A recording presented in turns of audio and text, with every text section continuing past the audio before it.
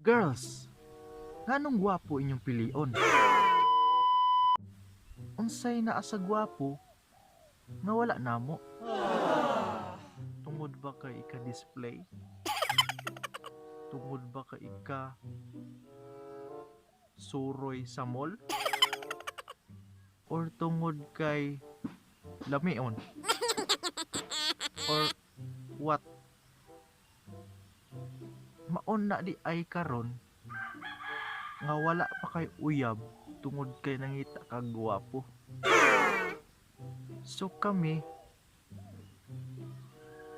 anak na lang miss kilid-kilid.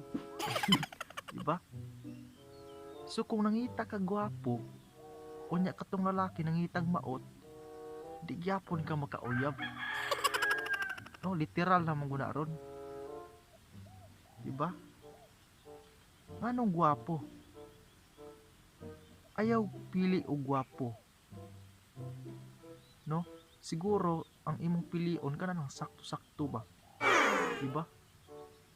Sakto-sakto ba? Kay kung pili mong kagwapo, mapunta mo kas way ayo. Di ka noon kakauyab tungod ka pagpili. Mauna nga. Ano ka, no? Daghan kong nabantayan karon. Kung gwapo gani ang mo text or mo chat, reply man dayon. Pero kung pati matay, tipid kaayo ang mga tiniksan, dugay pa jud kayo mo reply. Ano ka? Unsay reason? Dili ka ganahan tungod kay dili gwapo? Dili ka interesado tungod dili gwapo? Sige, comment. I-challenge ti kang i-comment. Nanong gwapo ang imong dipili. Okay? So, naay nag-comment kanina. I don't know. Pero dili tanan ni pili gwapo. Kabalo ko nga naay uban nga batasan. Pero almost karon gwapo ang ilang gipangita. So, padapli na lang mi ani karon. Pero laban gyapon mi tungod kay gwapo man pud mi.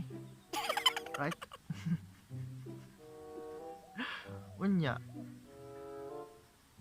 kung gwapo,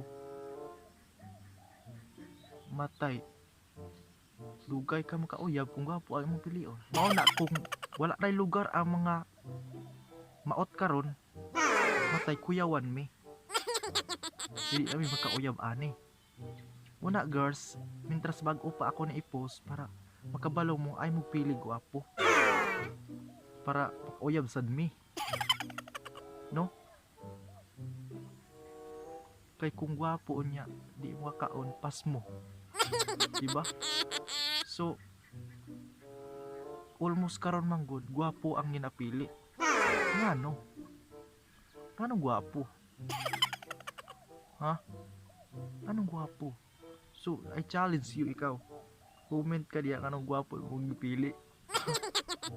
Right, comment. Okay, comment. So, yan. Thank you so much.